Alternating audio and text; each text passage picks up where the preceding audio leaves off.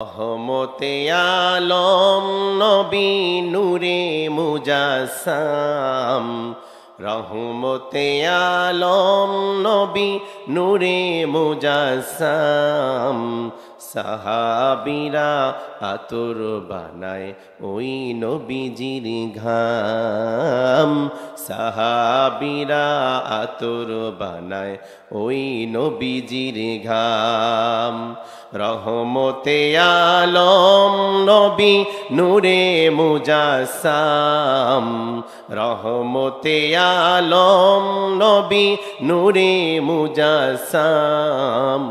সাহাবীরা আতর বানায় ওই নবীজির ঘাম, সাহাবীরা আতর বানায় ওই নবীজির ঘাম।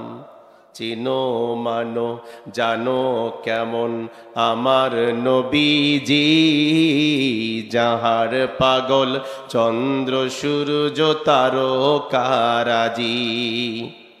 চেনো মানো জানো কেমন আমার নবীজি, যাহার পাগল চন্দ্র সূর্য তারকারাজি।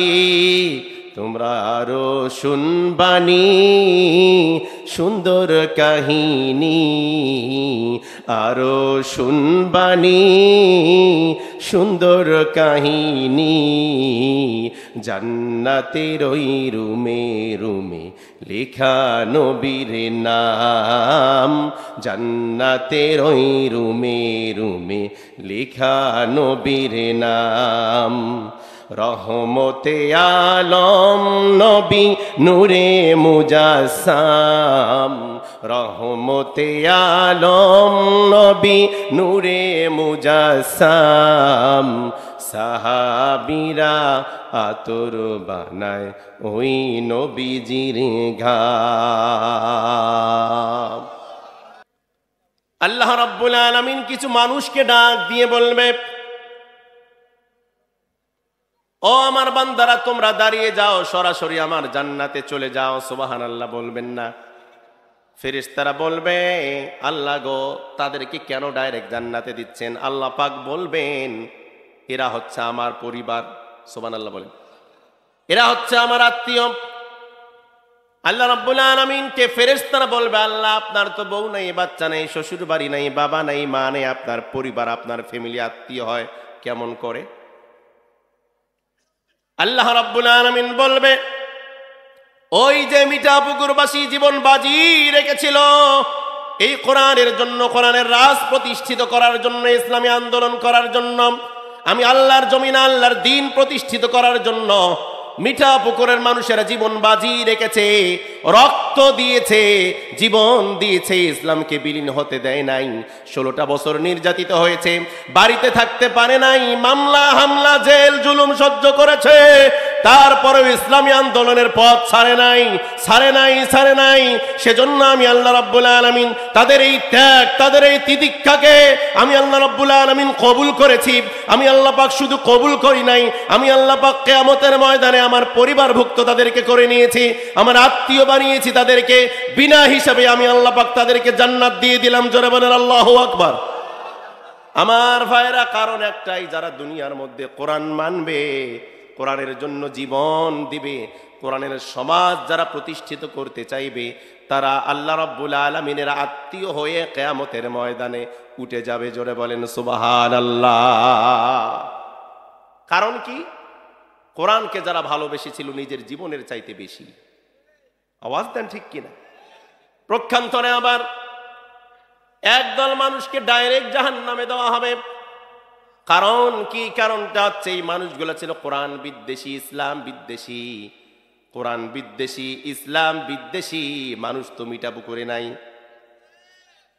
16টা বছর শুধু তারা থানার মধ্যে লিস্ট পাঠাইছে, এমন লোক তো নাই। ওই যে ওঠে কে দুই একজন, চাচা কি 1 নাম্বার যাবেন নাকি? খুব মনোযোগ আমার ভাইয়েরা, আমার বন্ধুগণ। তাহলে আজকে আমরা ওয়াদাবদ্ধ হব, আমরা কোরআনের পক্ষে ছিলাম, কোরআনের পক্ষে আছি, মরণের আগ মুহূর্ত পর্যন্ত কোরআন ও ইসলামের পক্ষে আমরা আছি নাকি নাই? আবারও যদি জেলে যেতে হয়, আবারও যদি ফাঁসির কাষ্ঠে যেতে হয়, আবারও যদি রাজপথে নামতে হয়, তারপরও আমরা কোরআনের পথ আমরা ছাড়বো না, ছাড়বো না, ছাড়বো না। কথা বলেন ঠিক কিনা মুসলমান? এই কোরআন আমাদের জীবন, এই কোরআন আমাদের মরণ, এই কোরআনের জন্য আমরা সব কিছু করতে পারি। আমার ভাইয়েরা কথা বলেন ঠিক কিনা? বাংলাদেশের মধ্যে রংপুরের মানুষেরা এখন বুক উঁচু করে কথা বলে, কারণ বাংলাদেশের মধ্যে দ্বিতীয় স্বাধীনতা এনে দিয়েছে যারা, তার মধ্যে রংপুরবাসীর সব চাইতে বড় ভূমিকা ছিল। আওয়াজ নাই তো? আবু সাইদের বাড়ি কোথায়? পীরগঞ্জ কি রংপুরের বাড়ি না রংপুরের ভিতরে? এ আবু সাইদ আমাদের রংপুরের কৃতি সন্তান শহীদ আবু সাইদ রাহিমাহুল্লাহ। সেদিন যদি আবু সাইদ দুহাত প্রশস্ত করে না দিত, বুক উঁচু করে যদি না দিত, আবু সাইদ যদি পিছে হটতো, পালিয়ে যদি যেত, তাহলে নতুন করে আর দেশ স্বাধীন হতো না। আবু সাইদ দুহাত প্রশস্ত করে দিয়ে নিজের জীবনকে বাজিয়ে রেখে, জীবনটাকে বিসর্জন দিয়ে আবু সাইদ পুরা বাংলাদেশটাকে বাঁচিয়ে দিয়েছে। না হলে আমার মনে হয় এখন বাংলাদেশটা ভারতের অঙ্গরাজ্য হয়ে যেত। কথা বলেন ঠিক কিনা?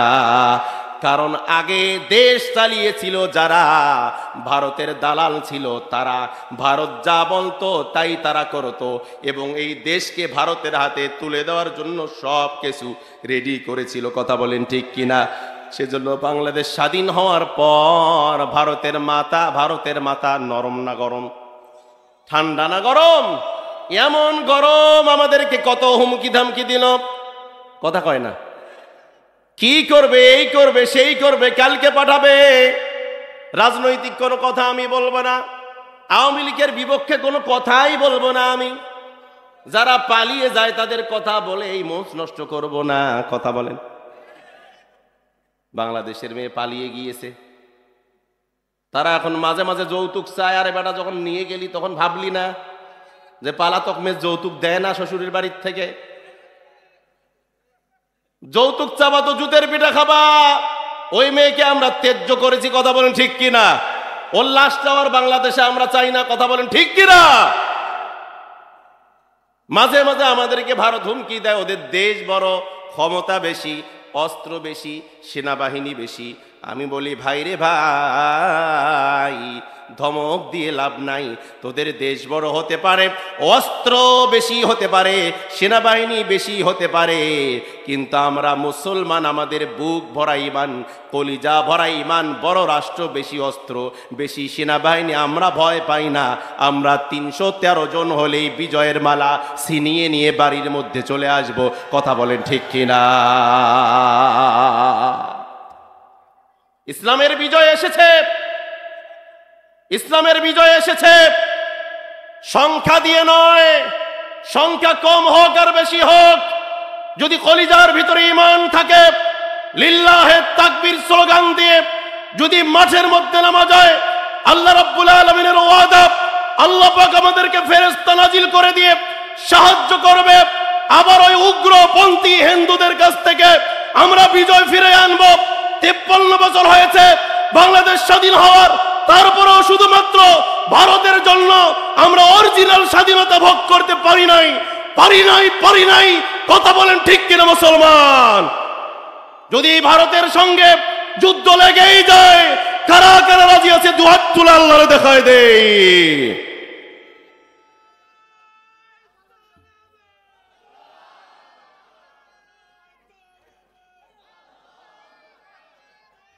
আমার ভাইয়েরা, আমি তো তাদেরকে বলি, তোমরা তো খাও গরুর গোবর আর গরুর পেশাব, কথা কয় না?